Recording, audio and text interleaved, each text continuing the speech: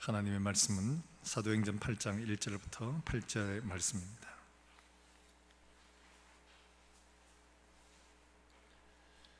사도행전 8장 1절부터 8절의 말씀,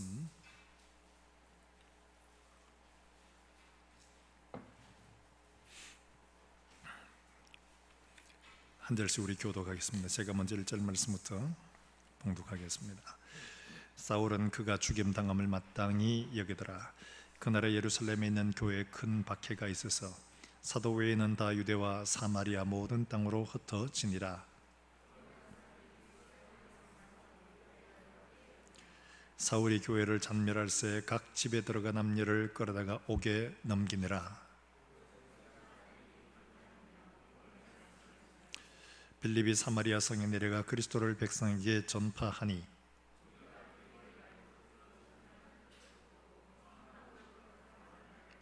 많은 사람에게 붙었던 더러운 귀신들이 크게 소리를 지르며 나가고 또 많은 중풍병자와 못 걷는 사람들이 나오니.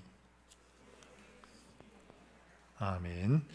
이 시간에 우리가 다 함께 찬양대 찬양 대신에 우리 모두가 다 함께 하나님 앞에 함께 찬양을 드리도록 하겠습니다. 아무도 예배하지 않는 그곳에서 나 주를 예배하리라.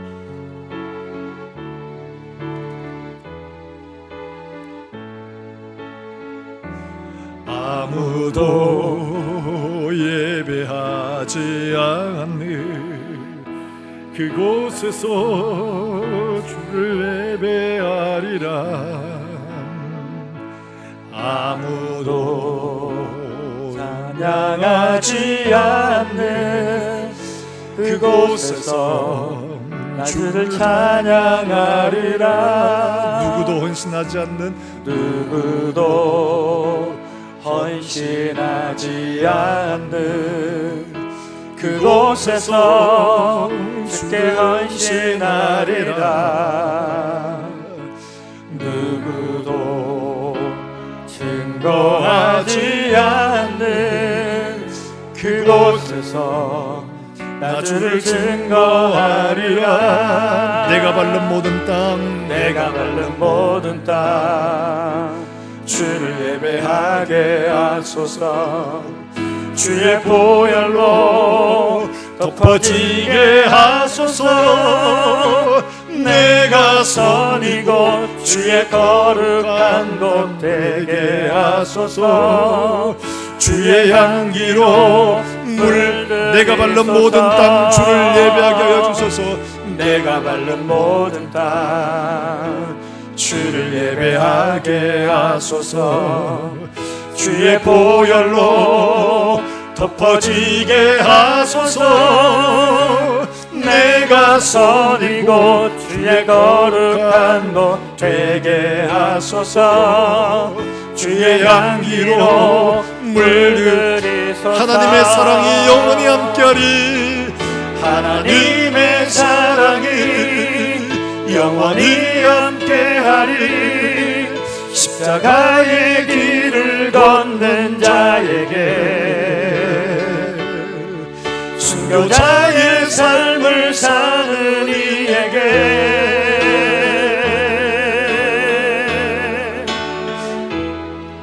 조롱하는 소리와 세상 유혹 속에도 주의 순결한 신부가 되리라. 내 생명 주님께 하나님의 사랑이 영원히 함께하리. 하나님의 사랑이 영원히 함께하리. 십자가의 길을 걷는 자에게, 순교자의 삶을 사는 이에게, 순교자의 삶을 사는 이에게 조롱하는 소리와 세상 유혹 속에서도 주의 순결한 신부가 되리라. 내 생명 주님께 드리리. 할렐루야. 우리가 공동체 예배를 드리지 못하다가 2달 정도 좀 지나서 이렇게 하나님 앞에 함께 예배 드릴 수 있게 돼서 너무나 참 감사합니다. 우리가 아직도 이렇게 완전한 해제가 되지 못해서 이렇게 2m 간격을 최대한 이렇게 맞춰서 이렇게 드림을 양해해 주시길 바라고, 또 들어오실 때 발열 체크하고 마스크 썼는가 확인하고 있잖아요. 좀 답답하시더라도 예배 가운데는 꼭 마스크를 착용해 주시고, 어떤 분이 그렇게 얘기하시대요. 마스크 쓰고 찬송하니까 막 힘들어 죽겠다고 해요. 사실 맞습니다. 뭐 다른 방법이 없는 것 같아요. 양해해 주시길 바라고, 하나님께서 이런 코로나19의 같은 이와 같은 일들을 하나님 왜 하셨을까? 여러분, 이건 전무후무한 일이잖아요. 근데 하나님이 이런 일을 통해서 우리가 하지 못하는 일들을 또 하게 하시고 가르쳐 주신 것 같아요. 사실 신천지의 문제가, 대구 지역은 여전히 지금 전국적으로 대구 이러면 지금 오염된 도시, 오염된 사람들 이렇게 보는데, 이 신천지 때문에 그렇죠. 근데 이 신천지의 이 확산세를 사실 우리 교단이나 교회에서는 하기가 너무 어려워요. 저들은 완전히 치밀하게, 완전히 계획적으로, 저들의 헌신이라는 건 우리의 상상을 뛰어넘습니다. 그러다 보니까 경쟁이 안 되는 거예요. 그런데 저들의 모든 것들을 다 이렇게 완전히 그냥 발본세고나, 그죠? 다 뒤집어가 다 드러내고 세상 속에 온 천하에 드러내고, 이제 뭐 세무조사까지 하고 완전히 뭐 비리, 개인적인 이런 거 다 뒤지는데, 이거 누구만 할 수 있냐? 정부에서 할 수 있잖아요. 이런 걸 통해서 신천지가 얼마나 나쁘다, 저들이 얼마나 나쁜 일을 해왔는가 하는 것들을 그대로 다 드러내게 되었습니다. 이런 일을 통해서. 그래서 참 다행스럽게 저들의 이제 도모가 상당히 많이 이제 말하자면 무너지게 된 거죠. 앞으로 저들이 이제 전도하는 것들은 상당히 어려울. 직장에서 교회 간다 이러면 누구나 다 네 신천지가 막 이렇게 물을 만큼이나 신천지가 완전히 딱지가 앉을 만큼 됐죠. 그래서 어떤 분들은 얘기하기를, 지금 각 지파별로 이렇게 흩어져 있으니까 아마도 이만희가 죽으면 각 지파별로 다 따로따로 한 교단씩 될 거다, 이렇게 얘기하는 분들도 있더라고요. 어쨌든 간에 하나님께서 저들의 이렇게 세력들을 꺾어주셨어요. 또 반면에 교회 성도들에게도 큰 각성을 하게 하셨는데, 여러분, 한국에 교회가 들어오고 복음이 들어오고 교회가 세워지고 난 다음에 지금까지 지나오면서 공예배가 중단된 것은 이건 처음입니다. 전쟁 중에도 했고 핍박 중에도 예배는 멈추지 않았는데, 이 공동체 예배가 멈추게 된 것, 이걸 가지고 많은 분들이 이걸 어떻게 받아들여야 되느냐 고심을 했죠. 그런데 예배의 형태가 달라졌을 뿐이지 예배는 지속된 것은 분명한 사실입니다. 그런데 중요한 것은 우리가 아무도 생각지도 못하고 상상치도 못했던 일들이 일어나게 된 거예요. 달리 말하면 우리가 앞으로 사는 동안에 생각지도 못하고 상상치도 못하는 이런 일들이 실제로 일어날 수도 있다는 거죠. 그러면 우리는 어떻게 해야 되느냐? 그럼 진짜 그때는 어떻게 해야 되느냐? 지금은 그냥 우리끼리 모여서 예배라도 그냥 뭐 가정 예배라도 드리고 되지만은, 그때는 그럴 수도 없는 시대가 올 수도 있다는 거예요. 이건 내 말이 아니고 예수님이 얘기하시기 때문에요. 근데 그럴 때는 우리가 어떻게 해야 되느냐? 하나님은 이런 일을 통해서 생각지도 못한 때에 인자가 오리라는 말씀을 생각나게 하시는 거예요. 생각지도 못한 때에 그런 환난과 어려움이 우리에게 닥칠 것이고, 그때에 진짜 우리의 믿음이 어디에 있는가가 드러나게 될 것이라는 거예요. 진짜 예수님만 붙들고 살든지 죽든지 내가 그리스도의 것입니다, 예수님의 말씀만 쫓아가는 그런 사람과 그저 교회에서 종교 생활을 하는 사람이 분명하게 드러나게 될 겁니다. 저 올해 예수 믿었는데요, 소용없습니다.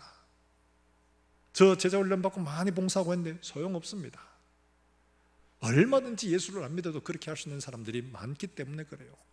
진짜 우리 마음속에 믿음이 어디 있는지, 진짜 내가 무엇을 붙들고 사는지가 확실하게 드러납니다. 아마 여러분들 가운데는 한 2달 동안에 처음에는 막 예배 안 드렸는데, 와, 이런 문제가 있나, 주일날 우리도 놀러 한번 가보자, 이래가 아마 놀러 가시는 분들도 있었을 겁니다. 수요예배 뭐 새벽기도는 당연히 이제 없고, 주일 오후도 없고, 주일 낮에도 없으니까 그저 한번 우리끼리 한번 모여가 예배 드리고 나머지는 우리 다 놀고 땡땡이 치고 할까? 아마 이런 분들이 우리 교회는 없어도 이웃 교회는 많았다고 얘기를 하더라고요. 아마 그랬을 것 같아요, 사람들이. 그런데 스스로가 생각해 봅시다. 내가 과연 예수 믿는 사람인가? 난 뭘 믿고 있지? 난 지금 어떻게 신앙생활하지? 하나님 말씀하신 것, 이거 내가 따라가고 있는가? 그때 점검이 되는 거거든요. 내가 받은 게 도대체 뭐냐? 내가 바라보고 쫓아가고 있는 게 도대체 뭐냐? 이걸 분명히 해야 할 때가 오는 거예요. 그래서 여러분들에게 인터넷 예배보다는 여러분 가정 예배를 드리라고 여러분에게 말씀드린 것은, 우리 개인이 어떤 상황 속에서라도 하나님 앞에 예배하고 스스로가 예배하고 가족들이 모여서 함께 예배하는 게 훈련이 되지 않으면 어느 날 이게 되질 않습니다. 예배하려고 하면 쑥스럽고 찬송도 잘 안 되고 예배도 잘 안 되고 막 이럴 때가 있을 겁니다. 그렇기 때문에 이런 때에 그걸 연습을 해둬야 되는 거예요. 혼자 아무도 보지 않는 때에, 아무도 주목하지 않는 때에 내가 하나님 앞에 경건하게 무릎을 꿇고 찬송하고 말씀을 읽고 묵상을 하고 하나님 앞에 기도하고, 바로 이런 훈련들이 이게 돼야 되는 거예요. 그래야지만이 교회가 살고 가정이 살고 개인이 살 수가 있는 거예요. 사랑하는 여러분들, 우리가 이런 때에 다시 한 번 더 본문의 말씀을 통해서 우리 자신들의 믿음이 어디 있는가를 점검할 수 있는 그런 기회들이 될 수 있기를 주 예수의 이름으로 축복합니다. 아마 여러분 중에 아시는 분들이 있을 겁니다. 시골의사 박경철. 왜 시골의사라고 하느냐? 안동에 지금 병원을 하고 있거든요. 근데 이분이 안동 출신이고 대구의 영대 출신이더라고요. 이제 수련을 하고 전문의를 따고 서울에 있는 종합병원에서 이제 수련을 하고 있는데, 보통 그러면 이제 각 필요한 병원들에서 이제 외과 의사니까 필요한 사람들을 이렇게 달라고 이렇게 팩스가 오는가 봐요. 연락이 오면 그거 보고 이제 골라서 이렇게 서로 주고받고 해서 가는가 봐요. 이제 이분이 이제 어디로 갔느냐 하니까 전문의를 따고 이제 기다리고 있는데 어디로 갈까 이러고 있는데 여러 군데 연락이 왔답니다. 대구도 오고 대전도 오고 했는데 대전에 갔대요. 왜 갔느냐? 월급의 3배를 주겠다는 조건에. 그래가지고 뒤도 안 돌아보고 그 다음날 바로 갔답니다. 대전에는 종합병원이라고 해서 갔는데 보니까 대전에 그 병원이 아직도 짓고 있어요. 짓고 있는데 이 종합병원 되려면 의사가 3명이 필요하답니다. 3명이. 한 사람은 진료를 봐야 되고, 한 사람은 수술을 해야 되고, 한 사람은 당직을 써야 되고, 응급실로 오는 사람들 3명이 있어야 되는데 이분이 처음 왔답니다. 처음 와. 다른 사람이 아직 안 와요. 그러다 보니까 이 사람이 3배를 주는 것은 이 3가지 몫을 다 하고 3배를 받는 겁니다. 그러니까 진료 보다가 수술 준비되면 수술을 하고, 그러고 또 진료 보다가 저녁 되면 또 당직 쓰고, 하루에 2시간을 이상을 쭉 이렇게 잡은 적이 없다고 해요. 한 20일 그러고 나니까 사람이 죽을 것 같더랍니다. 그러고 있는데 서울에서 우리나라 굴지의 대표적인 경제연구소에 근무하고 있는 친구가 전화가 왔답니다.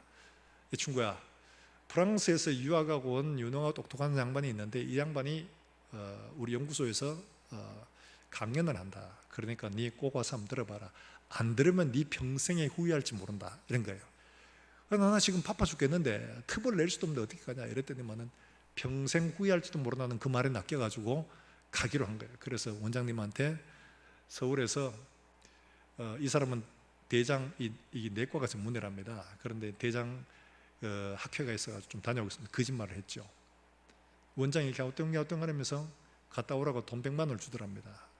이게 93년도에 이게 와, 이 많은 돈을 주나 이랬는데, 아마 그때 원장은 거짓말인 줄 알고 얘 고생하는데 이게 안 들어주면 도망가겠다 싶어 아마 그러니까 선물로 준 걸로 얘기했답니다. 가는데 이제 혼자 가니까 심심하니까 누구를 데리고 갈까? 평일날 낮에 세미나를 하는데 누가 가겠습니까?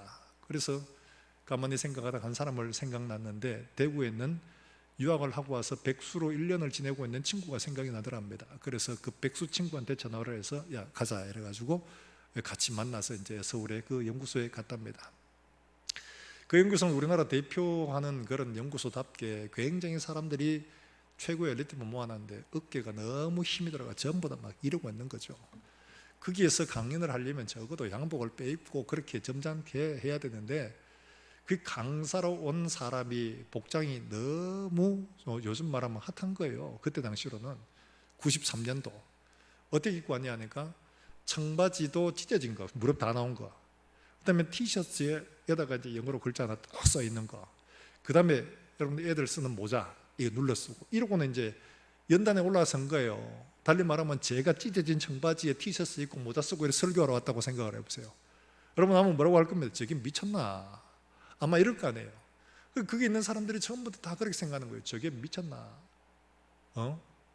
지금 우리를 모욕하는 거가 아마 이렇게 받아들인 거예요. 그런데 이 사람이 강연을 하면서 어떻게 시작을 하냐니까 보도에다가 쓰기를 www 세 자를 쓴 거예요. 지금은 아마 이 www 이러면 여러분들은 다 알 겁니다. 이게 인터넷 주소잖아요. 주소다 이렇게 시작하는데 그때는 그런 게 없었어요. www 세 자를 적어놓고 앞으로의 세상은 기업, 병원, 학교, 공공기관, 개인 모두가 다 이 속에서 들어갈 거다. 그리고 이 속에서 거래가 일어나고 이 속에서 배움이 일어나고 이 속에서 전쟁도 일어난다 얘기를 했어요. 그러니까 전부 다 반응이 미친놈 아니야? 이러고는 한 사람씩 일어나서 나가는 거예요. 한 사람씩 일어나서 나가는데 아마 이 정도 규모가 됐는가 봐요. 일어나가지고 다 가고 누구만 남았냐? 관계자인 제일 앞줄 앉은 사람, 그리고 제일 뒤에 시간 없어 할 수 없이 온 자기와 자기 친구 둘만 남고 다 나가고 없더랍니다. 강사가 이제 강연을 마치고 쫓겨나듯이 그냥 막 불이 나게 나갔죠. 이 사람도 너무 황당하고 이래가지고 자기 친구에게, 초대한 친구에게 이야기했답니다. 야, 뭘 바쁜 사람한테 이런 강연을 들으라고 지금 오라고 했냐? 말하면 불평을 하니까 야, 나도 몰랐어. 어쩔 수 없잖아요. 그러니까 야, 뭐 치우고 밥이나 먹으러 가자 이러면서 이제 밥 먹으러 가려고 하는데 이 백수 친구가 그러더랍니다. 야, 돈 있으면 나한테 20만 원 줘 이러는 거예요. 그래서 왜? 이러니까 내가 강사한테 할 이야기 좀 해서 너끼리 가. 야, 지금 정신 차려라. 우리 친구들끼리 모여가 밥이나 먹고 이래야지 뭐 저 정신없는 소리 들으려고 해. 그런데 이 친구가 귀엽고 돈을 달라고 해서 20만 원을 얻어서 그 친구한테 갔답니다. 그러니까 나중에 들은 말로는 이 사람이 이제 가려고 주차장에서 차를 타는데 문을 닫는데 그 사람의 문을 막았어서 나는 강사님이 말씀하신 그런 세계에 오르라고 나는 믿습니다. 그러니까 어떻게 하면 그런 세계에 먼저 갈 수 있는지 저에게 좀 알려달라고. 그러니까 이 사람이 이 사람 이런 사람이다 했나, 제 이야기 들어주는 건 고마운데 이러면서 옥신각신하다가 이 사람에게 몇 가지를 조언을 해줬나 봐요. 그래서 조언을 해주고 각자 다 헤어졌어요. 이 사람도 밥 먹고 내려오고 이제 병원에서 일하고. 그러다가 얼마 좀 지나서 이 친구한테 전화가 온 겁니다. 뭐라고 전화가 왔느냐, 전화가 와서 야, 네 월급 받았지? 첫 월급이에요. 첫 월급인데 월급 받았지? 그러더니만은 그 월급 나한테 빌려줘 이라는 거예요. 여러분, 첫 월급을 누가 빌려줍니까? 근데 이 친구가 하는 말이 너 그거 안 빌려주면 니하고 나하고 30년 우정을 끊어버리겠다 이런 거예요. 그러니까 이 첫 월급을 달라고 하는 놈도 그렇고 그걸 가지고 또 30년 우정을 끊어버리겠다고 하는 것도 황당하고 얼마나 절박하면 저렇겠나 싶어가지고 그래서 자기의 생활비만 빼고 나머지 다 빌려줬답니다. 빌려를 주고 그리고 얼마가 지나지 않아서 또 전화가 온 거예요. 전화가 와서 야, 가상 주소를 하나 만들어라 하는 거예요. 이게 또 뭔 소리냐? 그랬더니 지금 여러분 잘 알고 있는 이메일 그걸 만들어라는 거예요. 그래서 이 친구가 야, 왜 또 그걸 만들려고 하냐? 그래서 자기 이야기를 들어보니까 이 이메일 해가지고 이렇게 하겠다는 거예요. 그러니까 야, 웃기지 마라. 네가 하는 사업은 반드시 망한다. 반드시 망하는 세 가지 이유 내가 들게. 보통 사람은 1년에 3통 이상 편지를 쓰지 않는다. 두 번째, 그 편지를 쓴다고 컴퓨터를 사용하는 사람은 없다. 세 번째, 편지는 자고로 육필이어야 한다. 이거예요. 그래서 는 반드시 망한다는 거예요. 그래서 어쨌든 간에 돈 좀 빌려달라고 그래서 할 수 없이 이걸 빌려줬는데 그러니까 가상 주소도까지 만들어줬대요. 만들어주고 그러고 난 다음에 이 사람이 빌려가서 어디에서 뭘 했느냐 하니까 대구은행 지금 본점 여러분 아실 겁니다. 본점 뒤에 그쪽 동네 어디 가서 이제 가게를 조그만 하나 방을 하나 얻어가지고 거기서 이제 사업을 시작을 한 거예요. 그리고 얼마 지나지 않다 보니까 정부에서 정부화 사업이라고 해서 컴퓨터 주고 병원, 그 다음에 학교, 관공서 이런 데다가 그 다음에 정부화 전용선, 말하자면 지금 랜선이죠. 이런 걸 다 깔아주더랍니다. 쓸 줄도 모르고 이러니까 그냥 놔둔 거예요. 쓸 데가 없으니까. 그러다가 우연히 며칠을 지나고 난 다음에 그 컴퓨터를 한번 켜보다 싶어가 우연히 켰더니만은 이메일이 도착한 거예요. 편지가. 편지를 무심코 열어보니까 이 친구가 보낸 동창회 소식이에요. 동창회 소식. 그래서 이 친구가 겨우 이런 거 하려고 이걸 했나? 이러고는 그 소식을 쭉 읽어보니까 수신자 명단이 무려 100명이 넘는 거예요. 그리고 한 번에 이렇게 많이 보내. 와, 이거 이럴 수 있구나 이렇게만 생각을 했답니다. 그래가지고 이제 이 친구가 그걸 가지고 뭐랬냐, 이러면 친구들한테 나도 한꺼번에 보낼 수 있겠네. 이래가 나는 대전에 무슨 병원에 있단다. 너희는 뭐하냐? 이랬 때문에 그 이튿날 70통의 편지가 오더랍니다. 나는 여기 있다, 나는 저기 있다 이러면서 야 이거 재밌네. 이래가지고 그 길로 그 병원에 편지놀이 하는 전부 바빴다는 거죠. 인터넷으로 편지놀이 하느라고. 그리고 난 다음에 15년 후에 어떤 일이 벌어졌냐. 15년 후에요, 이분이 강연을 다른 데서 하는데 그 이야기를 하시더라고요. 700만 원 가지고 편지놀이 하던 이 친구가 어떻게 됐냐, 서울에 있는 포스코 그 본사 센터지요. 거기 옆에 이렇게 쳐다봐야 되는 빌딩의 소유주가 됐고, 그분의 하는 그 시작한 그 기업이 그때 당시에 시가총액 2조 원이 됐고, 그 빌딩 안에 벤처기업 4개를 거느리고 있는 회장이 됐더라는 거예요. 15년 후에. 그래서 이 친구가, 이 박경철 씨가 굉장히 마음이 아팠어요. 마음이 아픈 건 그 친구가 배가 아픈 게 아니에요. 그 친구의 성공이 배가 아픈 게 아니에요. 배가 아픈 게 아니고, 왜 한날 한시에 똑같은 장소에서 똑같은 강사한테 똑같은 이야기를 들었는데, 누구는 그 이야기를 통해서 지금 이런 성공을 이루어냈는데, 누구는 그 이야기를 듣고도 아무 느낌도 없었고 오히려 미친놈이라고밖에 말할 수가 없으냐는 거예요. 거기에 있던 나머지 다 내놓으라는 사람들 다 똑같이 눈이 가리워진 거죠. 귀가 닫힌 거죠. 누구는 듣고 그걸 만들어냈는데 누구는 전혀 그걸 몰랐던 거예요. 이야기를 듣고도. 그 보지 못하고 듣지 못하는 자기가 너무 아프더라는 거예요. 여러분, 저는 이야기를 들으면서, 이 강연을 들으면서 저도 이런 생각을 했습니다. 야, 이거 진짜 우리하고 똑같네. 그분이 이 현상을 해석을 하면서 그런 이야기를 하더라고요. 미국의 경제학자 제레미 럽킨이라는 사람, 이 사람의 이야기를 빌려서 이런 이야기를 해요.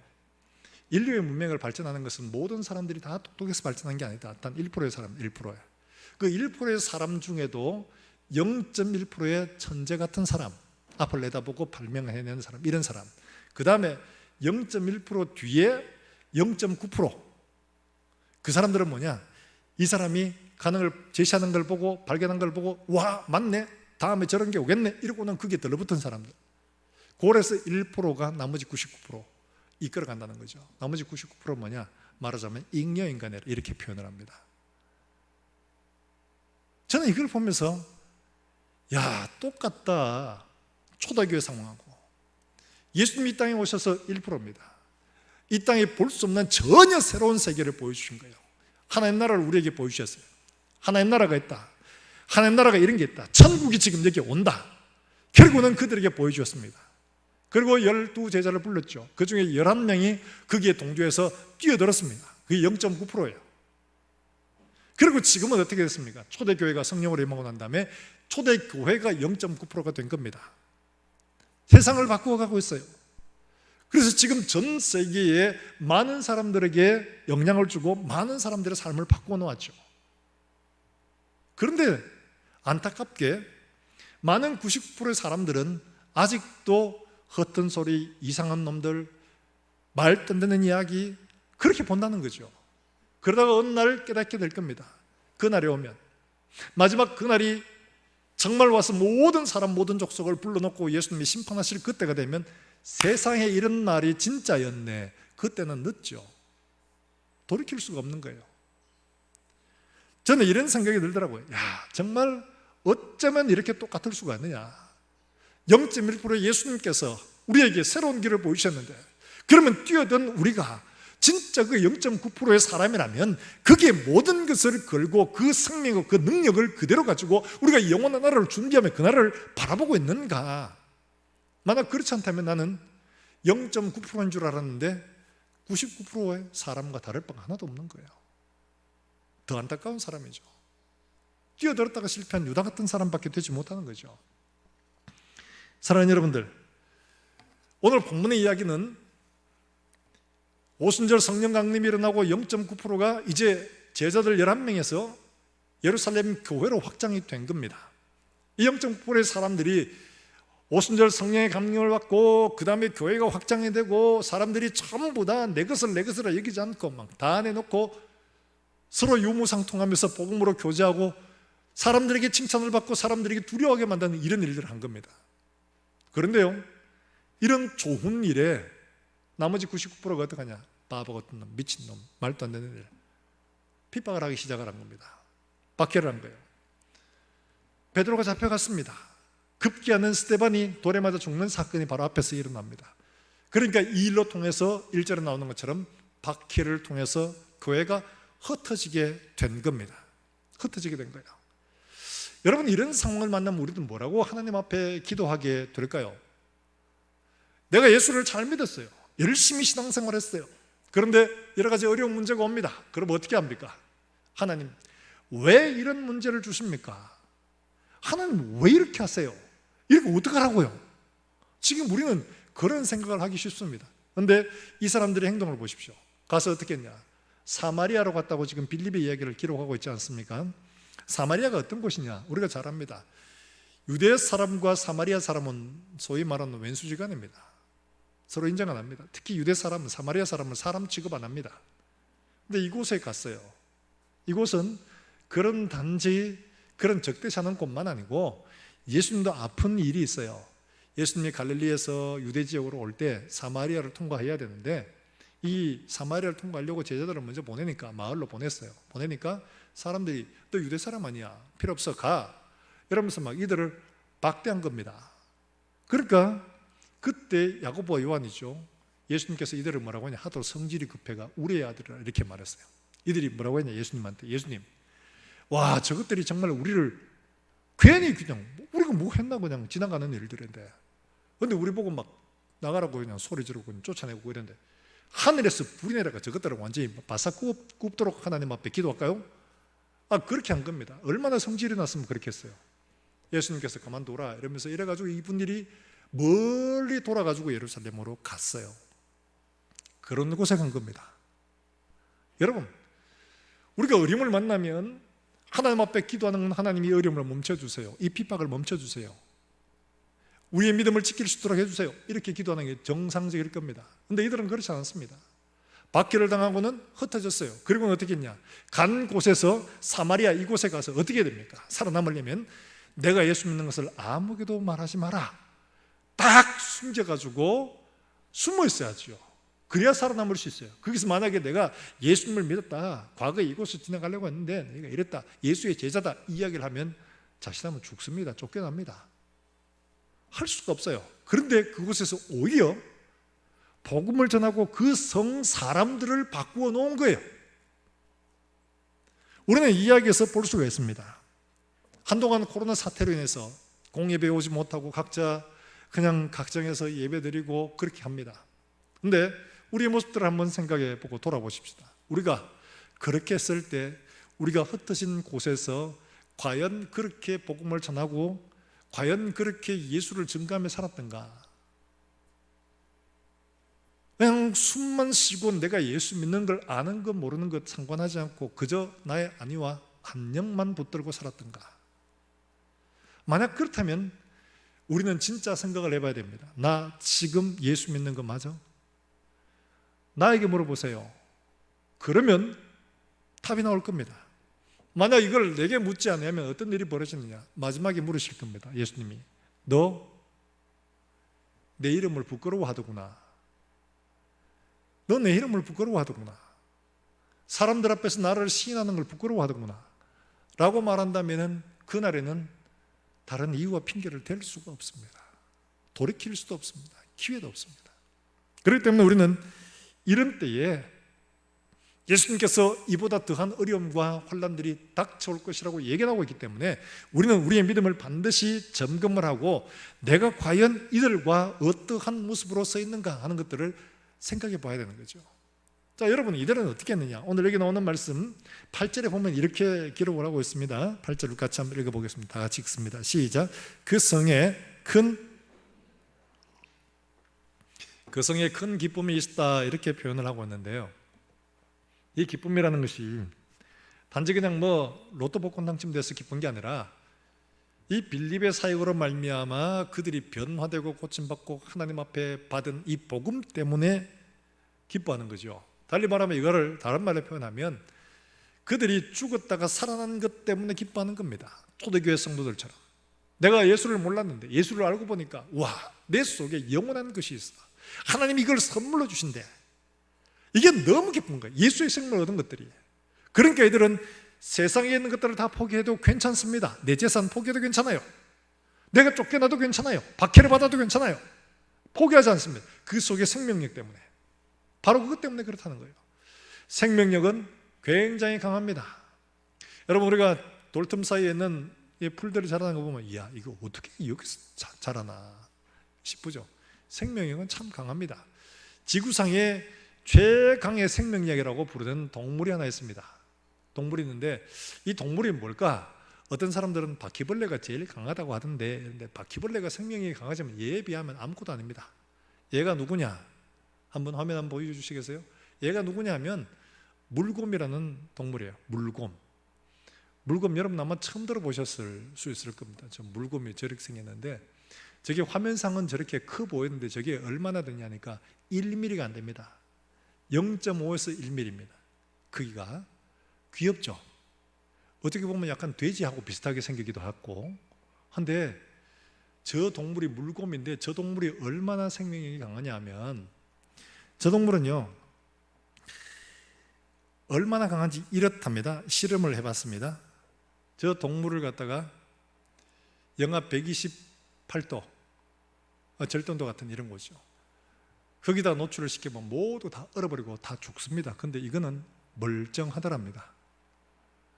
펄펄 끓는 150도가 넘는 물에다가 넣어봤어요. 이게 멀쩡해요. 이게 얼마나 견디나. 우주에 데리고 나가서 우주 방사선 죽습니다. 사람 바로. 근데 거기에 노출시켜봐도 알 낳고 잘 살더랍니다. 사람이 맞으면 죽는 정도의 소위 말하는 1000배의 방사선에 노출시켜봐도 얘는 아무런 문제가 없더라는 거예요. 대단하죠? 어떤 때는 얘는 얼마나 대단한지 진짜 자기 몸에 물이 97%가 사라져도 살아날 수 있는 것. 심지어는 120년 동안 휴면 상태에다가 깨어난 놈도 있다고 그래요. 야, 이쯤 되면 야, 뭐 저런 생물이 다 했나. 저는 이걸 보면서 와, 하나님 참 진짜 독한 놈 만들어놨다. 와, 이렇게 생명이라는 게 이렇게 강인한 거구나 그런 생각이 들어요. 여러분, 이게 동물만이 아니고 사람이 살아가는 일들도 그렇잖아요. 사람의 생명이라는 것들도. 1970년대 그때 안데스 산맥에 우루과이 그 축구팀이 가다가 떨어져가지고 72일 동안 조난당해가지고 있다가 구조된 이야기. 먼저 죽은 동료들의 살을 갖다가 슬라이스가 포를 만들어가 비행기 그 위에 떨어진데 말려가지고 그걸 먹고 생존했던 거예요. 이런 환경에 어떻게 살아날 수 있냐? 불가능해 보여요. 근데 그렇게 살아났어요. 구조가 됐어요.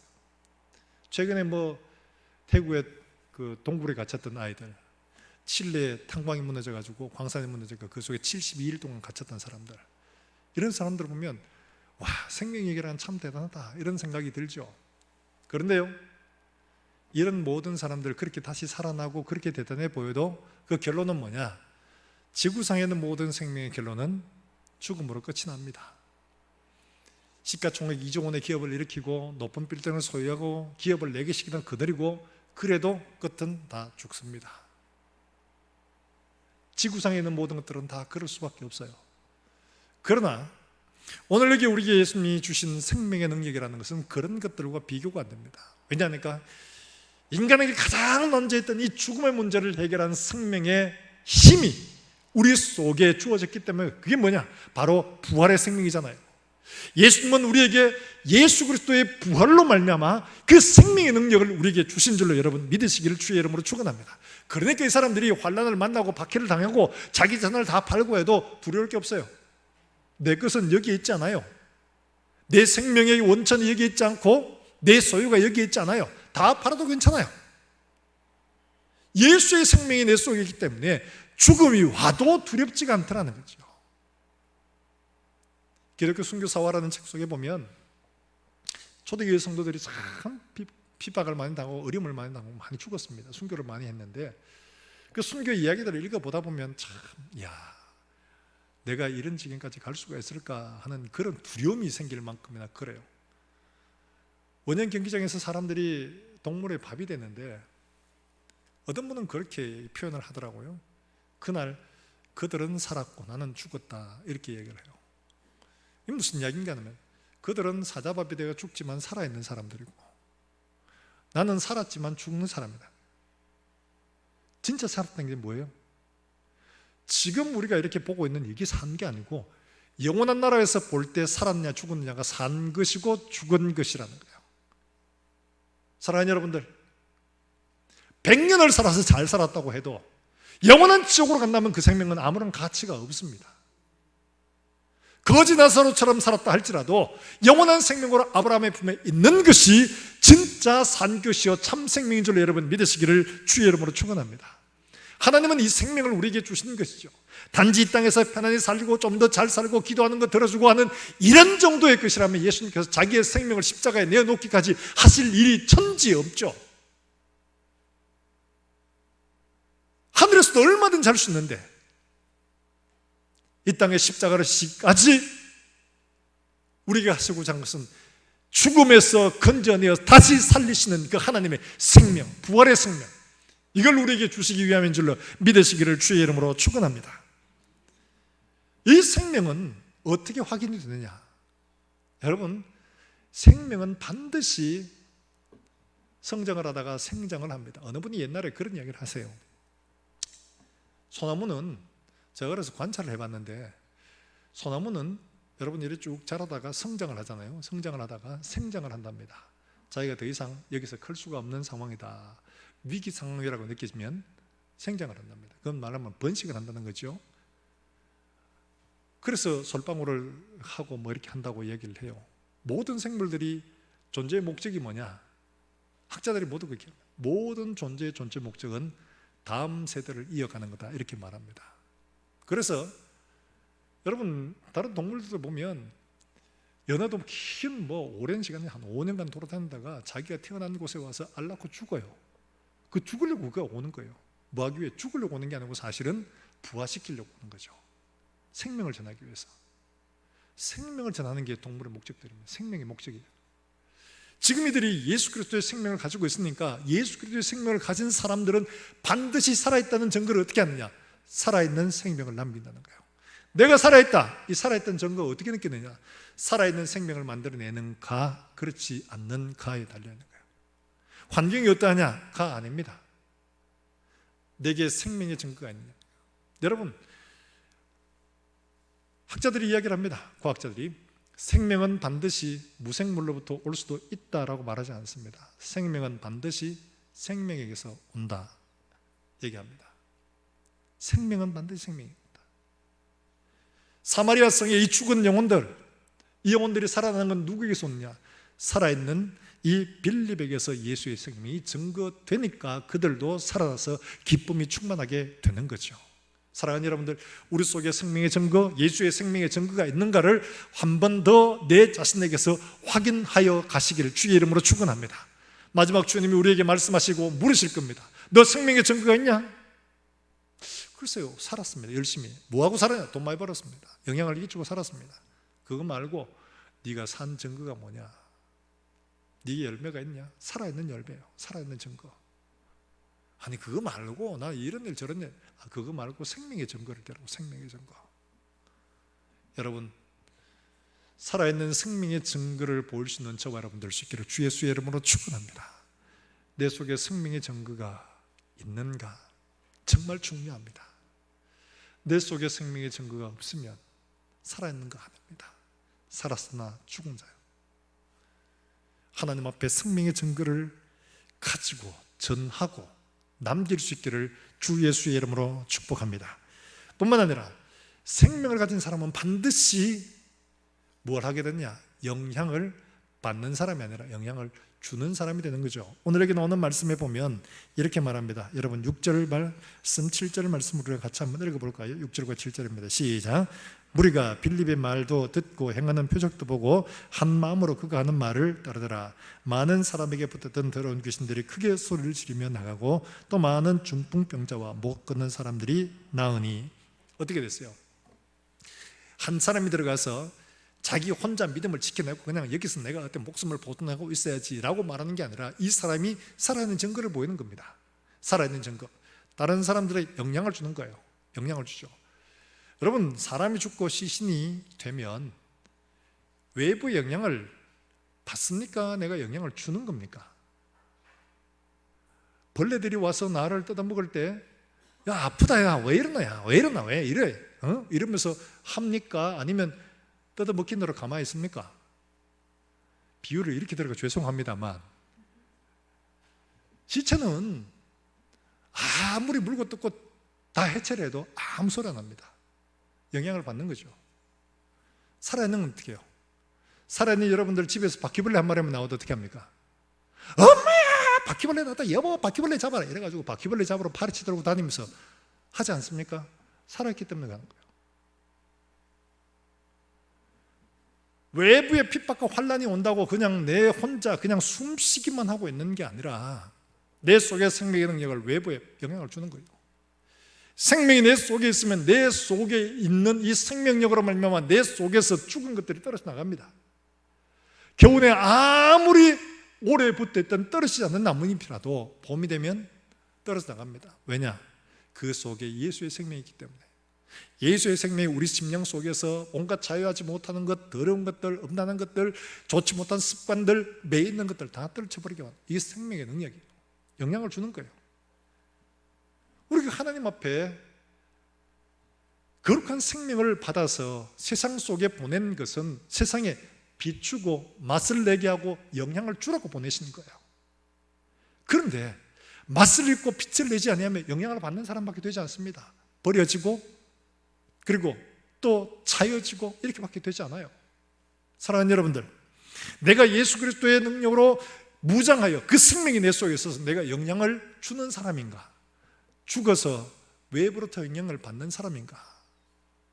보시길 바랍니다. 이 둘 차이가 어디서부터 오느냐? 여러분 생각을 해보세요. 나 중심으로 생각하느냐 하나님 중심으로 보느냐 하는 거죠. 나 중심으로 보는 사람은 아직도 그리스도의 생명으로 온전하게 거듭나지 못한 거예요. 나 중심으로 보는 사람은 이렇게 할 겁니다. 어려움을 만났습니다. 주여, 우리가 헌신하고 재산 다 팔고 했는데 주님 어떻게 이런 환난을 주십니까? 우리가 출세하고 돈 잘 벌고 유명해지고 뭐 떵떵거리고 다른 사람들 내가 굽신거리고 이렇게 해야죠. 왜 우리에게 환난을 주시고 어려움을 주시고 이런 핍박을 주시는 거예요? 사마리아에 숨어 들어갔다고 치십시다. 하나님, 아무도 내 나라를 알지 못하게 해주세요. 어쨌든 간에 여기서 잘 숨어 있다가 예루살렘이 다시 평안해지면 다시 돌아갈 수 있게 해주세요. 이렇게 기도하지 않습니다. 나 중심인 사람은 모든 게 내가 원하고 내가 바라고 내가 기대한 대로 하나님이 해주시기를 바라는 거예요. 내 배의 선장은 납니다. 예수님은 내가 가려고 하는 길에 좋은 도움을 주는 어시스트일 뿐이에요. 그러니까 풍랑을 만나면 어떡합니까? 주여, 우리가 죽게 된 것을 안 돌아보십니까? 왜 이렇게 하시는 거예요? 하죠. 내 배의 내 인생의 주인이 주님이 되시면 어떻게 하겠습니까? 이 배가 풍랑을 만나가 가라앉든 죽든 살든 다 하나님이 하시는 거예요. 주인이 하는 거예요. 주인이 하는 거잖아요. 주님이 중심이 되면, 주님의 관점으로 되면 어려움을 만나면 주님, 이 어려움 속에서 내가 뭘 하기를 원하십니까? 내가 어떻게 해야 되겠습니까? 말씀을 가르쳐 주십시오. 내가 순종하겠습니다. 이게 하나님의 관점으로 서 있는 거죠. 그렇게 빌립이 이곳에 가서 주님 어떻게 할까요? 복음을 전해라.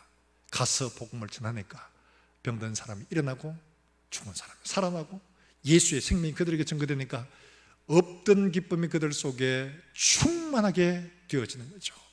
사랑하는 여러분들, 우리 속에 예수를 믿는다는 것이 어떤 것인가요? 세상 속에서 이 믿음 나 혼자 지키고 살아가는 것인가요? 아니면 다른 사람들을 변화시켜가고 영향을 미쳐가고 그들을 새롭게 내 속에 있는 기쁨으로 그들에게 기쁨을 주는 그런 사람이 되는 것인가요? 내 관점으로 여전히 내가 원하는 방식으로만 하나님이 해주시길 바라는 사람이에요? 아니면 보내주신 환경에서 내가 어떻게 살아야 할지를 하나님 앞에 묻고 순종하여 그 일들을 만들어가는 이런 사람이 되는 거예요. 우리가 잘 아는 강영호 박사, 우리가 잘 알지요. 이번에 14살 때 축구공에 그만 날아오는 축구공에 맞아가지고 그 안구의 눈동자 안쪽에 보면 그 망막이라고 하는데 이게 떨어진 거예요. 망막 박리가 돼가. 이 사람이 시력을 다 잃게 됐습니다. 아버지가 먼저 돌아가시고 어머니 뒤에 돌아가시고 사남매가 남았는데 큰 누나가 동생들을 먹여 살리겠다고 일하러 나가지고 과로를 해가지고 과로 사한 겁니다. 3남매 남았습니다. 참 비참한 이런 운명이잖아요.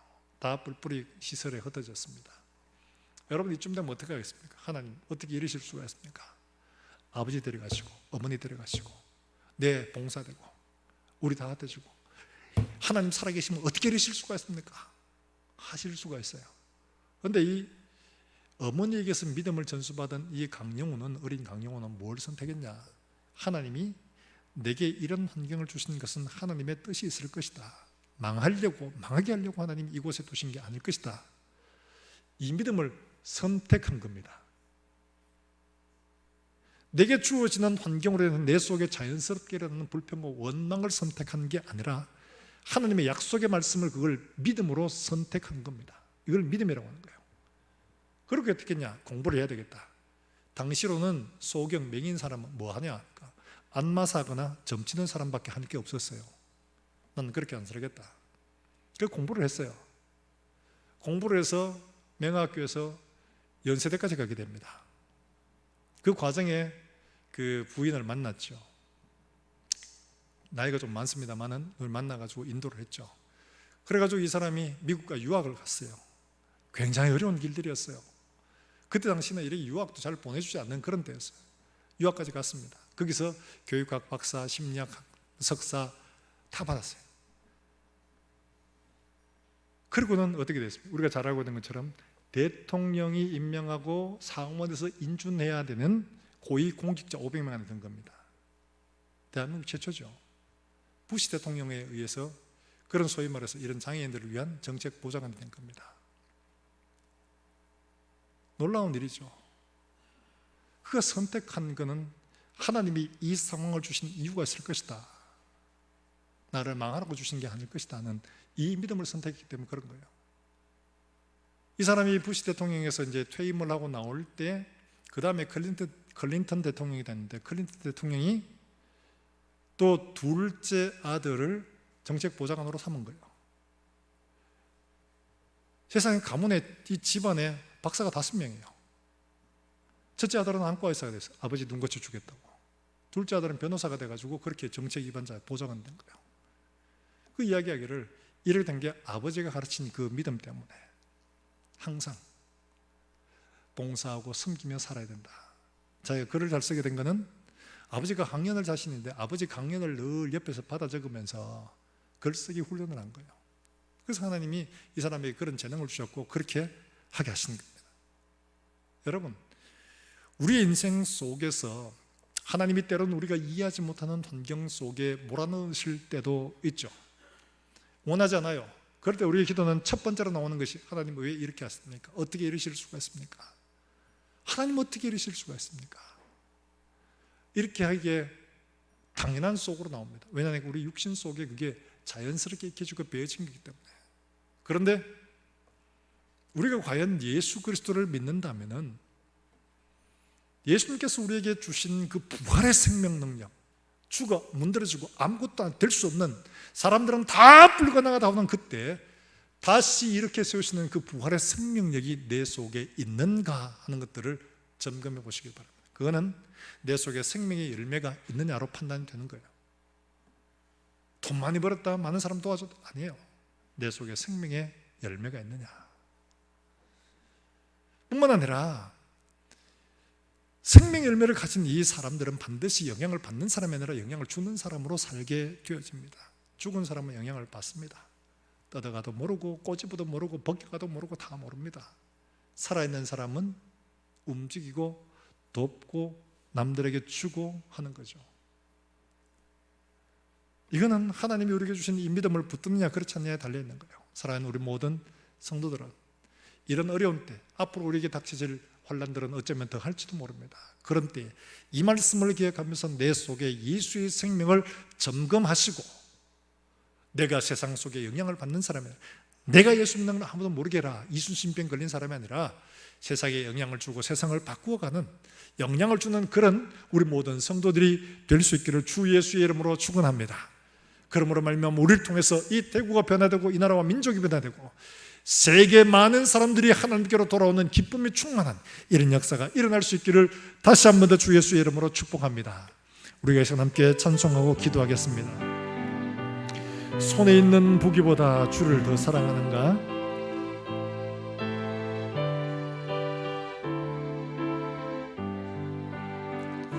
손에 있는 부귀보다 이슬 같은 목숨보다 이슬 같은 목숨보다 주를 더 사랑하는가?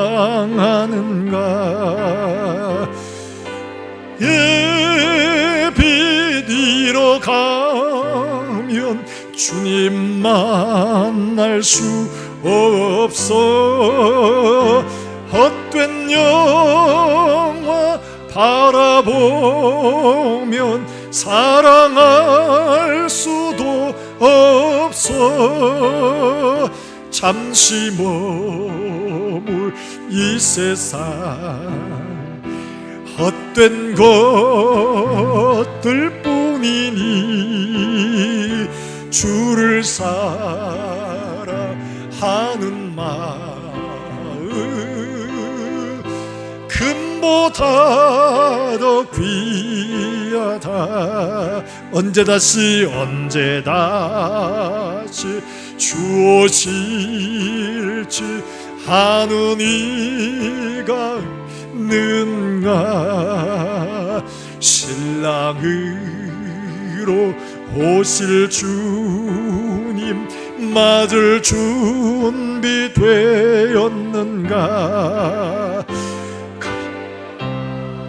등불 들며 주님 만날 수 없어. 재림나팔 소리 나면 예비할 수도 없어.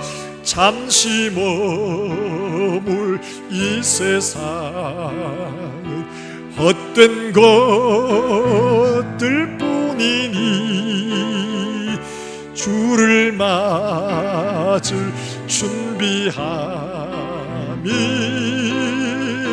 금보다 더 귀하다. 우리가 여기서 함께 기도하실 때 오늘 주신 말씀들을 마음속에 새기면서, 주님, 환난과 핍박과 고난이 왔었을 때에도 여전히 내 속에 예수의 생명의 그 흔적들이 있는지 돌아보게 해주시기를 원합니다. 예수 생명의 그 능력들이 열매를 맺고 있는지 돌아보게 해주시기를 원합니다. 우리 하나님 앞에 설 때 생명의 열매를 내어 놓을 수 있도록 주님의 은혜를 베풀어 주시옵소서. 하나님 아버지, 세상 속에 고통과 두려움 때문에 피하여 숨어 지내는 사람이 아니라 하나님 아버지, 세상 속에 영향을 미치며 그들에게 예수를 증거하고 세상에 예수의 생명의 기쁨을 증거할 수 있는 살아있는 믿음이 되게 해주시기를 원합니다. 하나님 이름 이름으로 살아 우리 하나님 앞에 설 때 부끄럽지 않게 설 수 있도록 하나님 은혜를 베푸시고, 이 나라와 민족과 세계와 열방 가운데 지금 이 코로나로 인하여 여러 가지 고통을 당할 때에 하나님의 말씀을 기억하고 말씀을 통하여 주 예수의 복음에 증거할 수 있는 좋은 기회로 만들어갈 수 있는 사랑하는 종들이 되게 해주시옵소서. 함께 통성으로 기도하겠습니다. 다 같이 기도합니다. 하나님 아버지, 은혜를 감사합니다. 오늘도 우리에게 말씀을 주시고 하나님께 예배케 하셨사오니 사랑하는 종들이 주 앞에 나와 예배할 때 우리 예배를 받으시며 우리의 마음을 새롭게 하시고 우리의 가는 길들을 고쳐 정결하게 하시며 우리의 걸음을 새롭게 하여 하나님 아버지 우리의 걸음들이 하나님 아버지 우리의 높은 곳을 뛰어넘을 수 있는 그런 믿음의 걸음들이 될 수 있게 하여 주시기를 원합니다. 환난과 핍박과 고난과 어려움이 닥칠 때에 우리가 뒤로 물러가 침략에 빠질 자가 아니라 하나님 아버지 그들에게 예수의 생명을 증거할 수 있는 사람들이 되게 해주시기를 원합니다. 부활의 생명, 생명의 능력이 내 속에 생명의 열매로 맺어질 수 있도록 주님 은혜를 베풀어 주시기를 원합니다. 영원한 그 나라, 영원한 하나님 나라의 생명을 내가 갖고 있음을, 부활의 생명과 그 능력을 내가 갖고 있음을 하나님 아버지 예수님 앞에 내어 볼 수 있게 해주시기를 원합니다. 세상으로부터 영향을 받는 사람이 아니라 영향을 주는 사람 되게 하시고, 두려움과 떨림으로 말미암아 숨어 지내는 사람이 아니라 그들을 변화시키고 섭게 할 수 있는 그런 믿음의 사람으로 살게 해주시기를 원합니다. 하나님 아버지 주님 오실 때 부끄럽지 않게 하소서. 하나님을 기쁘시게 할 수 있는 우리 모든 권속들이 되게 하여 주시옵소서. 하나님 아버지 은혜를 감사합니다. 우리 속에 예수 그리스도의 부활의 생명의 그 능력이 있는지 점검할 수 있게 해주시기를 원합니다. 우리의 모든 소유는 이 땅에 속한 것이 아니라 영원한 하나님 나라에 있음을 기억하여 그 나라의 그 생명의 능력으로 이 땅의 고난과 어려움들을 넉넉하게 이겨내고 예수의 생명의 그 능력의 열매를 세상 속에 나타낼 수 있도록 주님 복을 허락해 주시옵소서. 영향을 받는 사람이 아니라 영향을 주는 사람 되게 하시고, 기쁨을 그들에게 증거하는 믿음의 용사들이 되게 하여 주시옵소서. 하나님 아버지 오늘도 주 앞에 예배하러 온 사람 주의 권속들 주님 기억해 주시옵소서. 하나님 아버지 이들이 주 앞에 예배하러 왔사오니 이들의 마음과 이들의 삶을 받으시고 하나님 이들이 하나님 앞에 부르짖어 기도하는 제목들마다 주님 응답하여 주시옵소서. 하나님 아버지를 가운데 고통받고 여러 가지 문제로 하나님 앞에 부르짖어 기도하는 종들의 눈물과 그들의 무릎을 기억해 주셔서 하나님 아버지 예수의 생명의 능력이 나타나게 하시며 부활의 능력과 권세가 나타나게 하여 주시옵소서. 어디를 가든지 세상 속에 이 생명의 능력을 자랑하고 증거하며 영향을 미치는 사람이 되게 해주시기를 원합니다. 하나님 아버지 오늘도 주 앞에 나올 때 감사함으로 하나님 앞에 귀한 예물을 드립니다. 드리는 손길을 주님 축복하시고 이들의 가정과 손길과 하나님 아버지 섬기는 모든 곳들마다 복이 되게 해 주시옵소서. 하나님 아버지 엘로와와 함께 예배에 참여하지 못한 우리 어르신들 기억하시고 그들의 건강을 붙드시며 영원한 하나님 나라가 날마다 더 선명해지게 하시고 기쁨과 소망 가운데 주를 기다리게 해 주시옵소서. 함께 예배할 때까지 건강을 지켜 주시옵소서. 멀리서 주의 복음을 전하는 사랑하는 선교사들 주님 그들을 붙드시고 이 어려운 시기에 오히려 주 예수의 복음이 증거되는 놀라운 역사가 일어나게 하여 주시옵소서. 하나님 한 주간의 삶도 주님 지키시고 온전히 주의 손에 붙들린 이 빌립 같은 삶을 살아낼 수 있도록 주님 축복해 주시옵소서. 살아계신 예수님의 이름으로 기도하옵나이다. 아멘. 우리 다 함께 하나님의 말씀을 묵상하겠습니다. 마가복음 11장 24절 말씀입니다. 그러므로 내가 너에게 말하노니 무엇이든지 기도하고 구하는 것은 받은 줄로 믿으라. 그리하면 너희에게 그대로 되리라. 아멘. 할렐루야. 감사합니다. 이렇게 많은 분들이 예배에 참여해 주셔서 감사를 드리고요. 우리 아직도 어르신 분들이나 아기를 데리고 있는 분들은 함께 예배에 참여를 하지 못합니다. 당국에서도 5월 5일 어린이날까지 이제 연휴가 지나보고 2주 지나보면 지난번에 선거를 했었을 때는 그것 때문에 영향을 받아서 확진자가 생기진 않아서 참 안심을 했어요. 이번에도 그렇게 무사히 지나가게 되면 그때는 이제 우리가 공동체 예배 전체로 다시 옛날로 돌아갈 수 있을 줄로 생각을 합니다. 그때까지는 좀 불편하더라도 여러분들이 참고 또 이 일을 통해서 복음이 증거될 수 있도록 여러분들이 함께 기도해 주시고 이 땅의 코로나로 인해서 하나님이 하실 일들 우리에게 나타내 보이시고 우리가 해야 할 일이 무엇인지를 구하고 또 기도하며 그 일을 이루어가는 저와 여러분들 되시기를 주 예수 이름으로 축복합니다. 오늘 점심은 드리지를 않습니다. 대신에 어느 한 분이 계란을 여러분에게 섬겼어요. 그래서 가다가 엎어질까 해서 예수님처럼 길 가다가 기진할까 하노라 해서 계란을 삶아서 2개씩 여러분에게 드립니다. 가다가 엎어지지 마시고 계란을 드시길 바라요. 부활절은 지났습니다만은 계란을 감사한 마음으로 받으시길 바라고 나가실 때 이쪽 줄, 주일 가해줄부터 먼저 나가시고 혼잡하지 않도록 여러분 협조해 주시고 이쪽 줄은 이 앞으로 나가시면 됩니다. 나가시면 되고요. 좀 나눠서 이렇게 혼잡하지 않도록 해주시면 대단히 감사하겠습니다. 주일학교는 전체 공예배가 개회될 때 그때 맞춰서 열도록 하겠습니다. 그래야지 사회적으로도 문제가 없으니까 예배를 맞추려고 합니다. 여러분들이 양해해 주시길 바랍니다. 이제 다 일어나셔서 함께 찬송하고 예배를 마치겠습니다.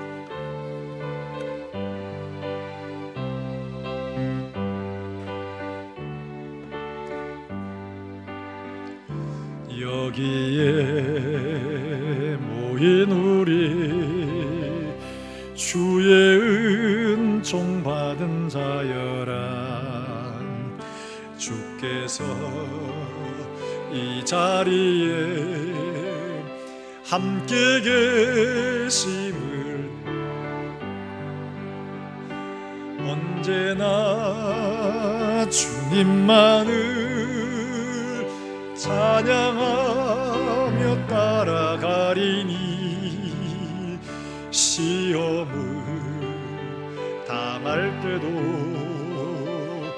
함께 계심을 믿노. 이 믿음도 굳세라. 이 믿음도 주가 지켜주신다. 주가 지켜주신다. 어두운 밤에도 주의 밝은 빛 인도하여 주. 이 믿음도 굳세라. 우리 옆사람 축복하였습니다. 이 믿음도 주가 지켜주신다. 주가 지켜주신다. 어두운 밤에도 주의 밝은 인도하여 주신다. 아멘. 기도하겠습니다. 여호와는 내게 복을 주시고 너를 지키시기를 원하며 여호와는 그 얼굴을 내게 비치사 은혜 베푸시기를 원하며 여호와는 그 얼굴을 내게로 향하여 드사 평강 주시기를 원하노라. 아멘.